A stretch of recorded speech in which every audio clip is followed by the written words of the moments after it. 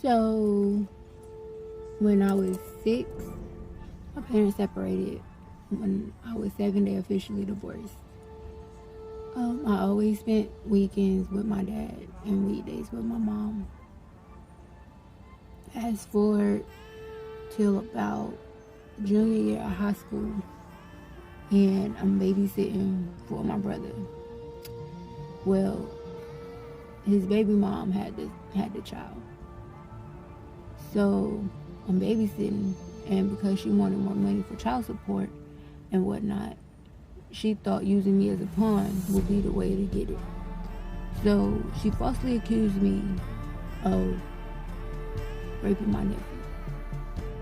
And because nobody in the state of North Carolina had that done before,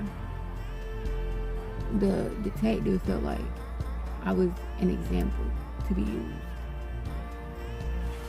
So she offered at first to make it go away by giving, if we gave her more money.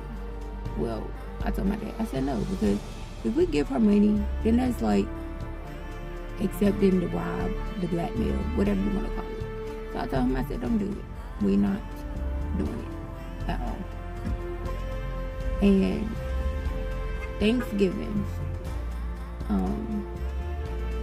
fast forward, Thanksgiving, it was, and next thing I know, a little bit, probably, I want to say like around Christmas time, they arrested me. And they dropped the charges, and it went to indecent liberty with a minor. So it was reduced to indecent liberty. After I did the indecent liberty, probationary period, because the attorney that I had at the time, I hate to say it, but he won't work for them. Only thing he cared about was getting his check from the state. He didn't care about evidence, he didn't care about checking on none of the facts. None of that. I did more research and more homework than the lawyer did, and I didn't even go to law school. So,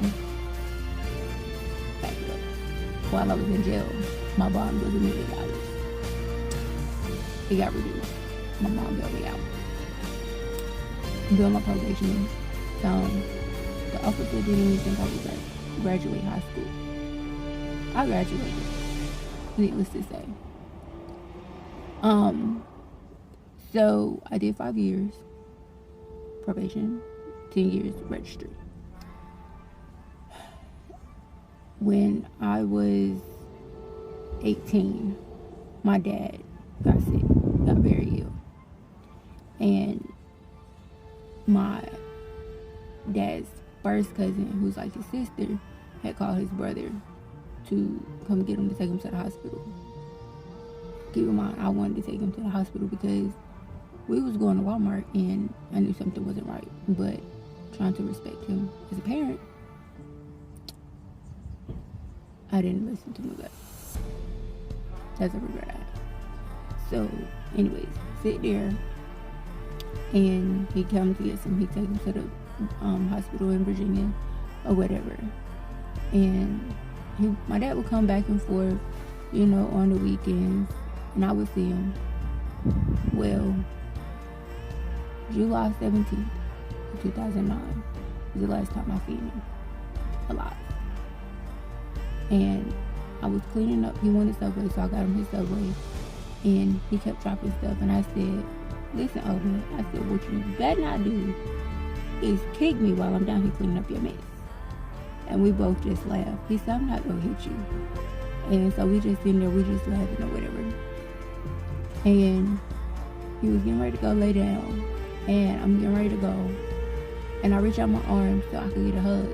And he was blind, so he couldn't see me. So when he couldn't see me, it broke my heart. His friend goes, she's reaching out to you for a hug. And he goes, oh, I'm sorry, baby, I didn't know. He goes, I can't see you. And when he said that, it broke my heart. So I gave him a hug, and after I gave him a hug, I knew deep down inside that day it would be the last time I would ever see my dad alive again. In August in 2009, on the 20th, my uncle basically took advantage of my dad and got him to sign my inheritance to himself and to the other brother, which was pretty much real estate. My dad was incoherent, and the only thing he could do at the time was wait. He couldn't do anything else. So he sit there, he got him to sign the papers or whatever. And the only thing my dad could do was just lay there and wait. And next thing I know, my uncle kept pressuring me, you know, to hurry up and finish up everything, blah, blah, blah, blah, blah. And even like when the funeral came, he didn't even ask how I was doing. The only thing he cared about was the business, which was basically trying to get my inheritance. So next thing I know, I sit here, I cut off all communications with the whole side of the family, because if you can sit there and you can basically steal from your dying brother, only child, I have no respect for you at all, like under no circumstances. So sit there and, you know, fast forward later, everybody thinks that I'm just this crazy black girl who just, you know, just crazy. I keep my distance, I don't bother nobody, you know what I'm saying? I just sit there and keep my distance because my dad told me, you know, to keep my distance from a particular sect.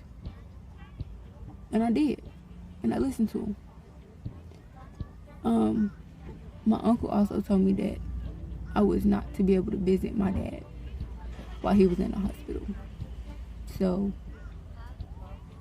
go figure. I never got to tell my dad goodbye. I never got to see him. So I went from seeing my dad 6 feet above the ground to 6 feet under the ground. His brother stealing what he's worked so hard for his child, his only child at that. And the only place I could get a job at is Food Line, and I'm still there. I practically know the entire store, literally. I'm trying to move up into management.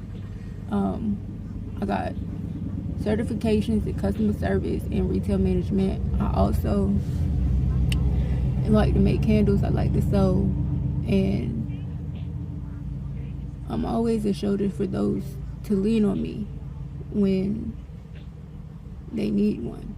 But unfortunately, I don't have that in return. 2013, I got diagnosed with bipolar 2, manic depressive disorder, or chronic depression, whatever they call it, PTSD, and anxiety. I have to take my meds every day. Because in 2013, I actually tried to commit suicide because I felt like I didn't have a purpose or a reason. I didn't want to be here no more.